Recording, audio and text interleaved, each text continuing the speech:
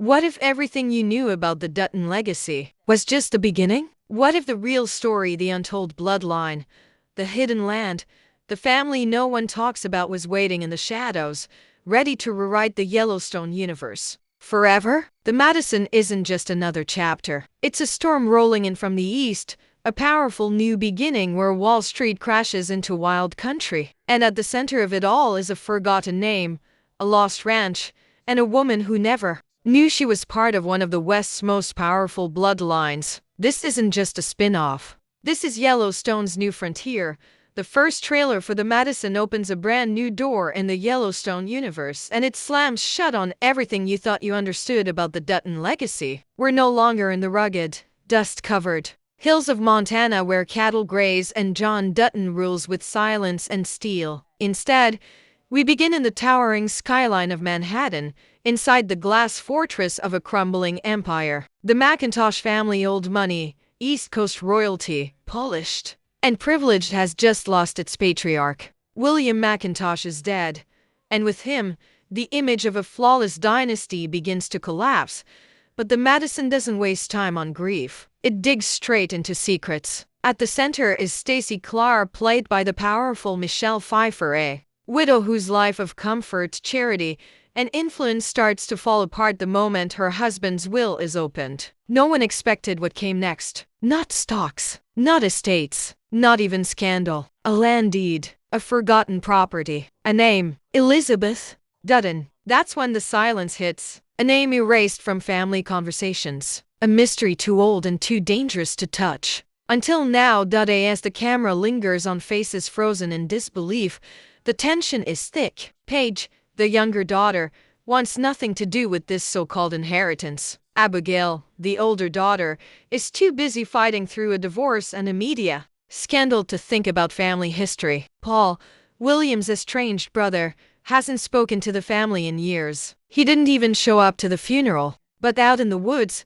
chopping firewood under a sky the city can't imagine, he feels something shift. And then there's Bridget, the teenage granddaughter, the only one not hardened by wealth or power. She begins to dream of horses, open land, and a life that feels strangely familiar. The will reveals more than land. It reveals bloodlines. The McIntosh family may not carry the Dutton name, but Elizabeth's journal, discovered in a locked drawer, tells another story. A young woman forced to leave Montana, a child raised under a new name, and a promise buried so deep it took a death to dig it back up. The Madison Ranch isn't just land, it's the final piece of a puzzle that redefines everything.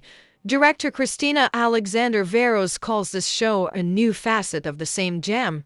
And she's right. The Madison doesn't try to wear Yellowstone's boots. It walks its own path through marble boardrooms, broken marriages, and lost family ties all the way to the wind-blown grasslands of Montana. It's about rediscovery, identity, legacy, and the price of forgetting where you come from.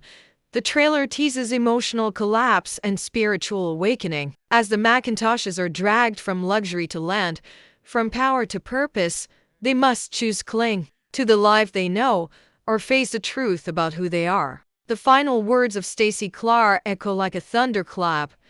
If this land is part of our story, then it's time we learn why. Montana isn't waiting for the McIntoshes to arrive with open arms. In fact, it's been silent for decades, watching, remembering, and storing every secret in its soil. When Stacy Clark and her daughters finally step onto the land their family forgot, it doesn't feel like a fresh start. It feels like trespassing. The Madison Ranch is not some polished estate. It's wild, untamed. Fences are broken, barns are sinking, and the house itself creaks like it's holding its breath, waiting for someone to ask the right question.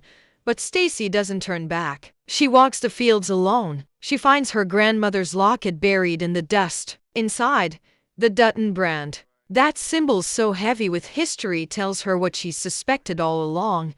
The stories she grew up with were edited, cropped, sanitized. And now, standing in the very place her grandmother once called home, Stacy realizes the truth isn't gone. It's just been waiting. Meanwhile, Abigail, always the practical one, wants to sell the land and return to New York. But her daughter Bridget is already changing. She rides an old ranch horse like it's second nature. She reads her great-grandmother's journal with awe. To her, Montana isn't just a mystery, it's a calling. Paige, on the other hand, is spiraling. She misses the city, the noise, the control. Her marriage is unraveling, and the land offers no distraction, only reflection. She wants to run, but deep down, she knows there's nowhere left to hide.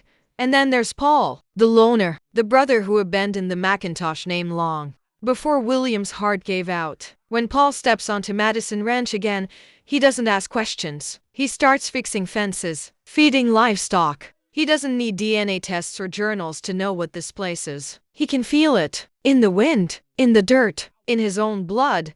But the past isn't the only thing haunting this land. The local sheriff, gruff and weathered, gives Stacy a warning. That ranch may have been forgotten by your family, but it hasn't been forgotten by this town. Rumors start swirling. The Dutton name stirs up old grudges. And worse, there's a corporate developer sniffing around, ready to turn Madison into a luxury resort. The Macintoshes are no longer just strangers. They're a threat. The stakes rise fast. Tensions between family members explode. Stacy discovers a final journal entry written in shaky handwriting, barely readable. They made me choose between blood and truth. I chose truth. But the land, it remembers the cost. With every answer uncovered, more questions surface. Was Elizabeth forced to leave Yellowstone?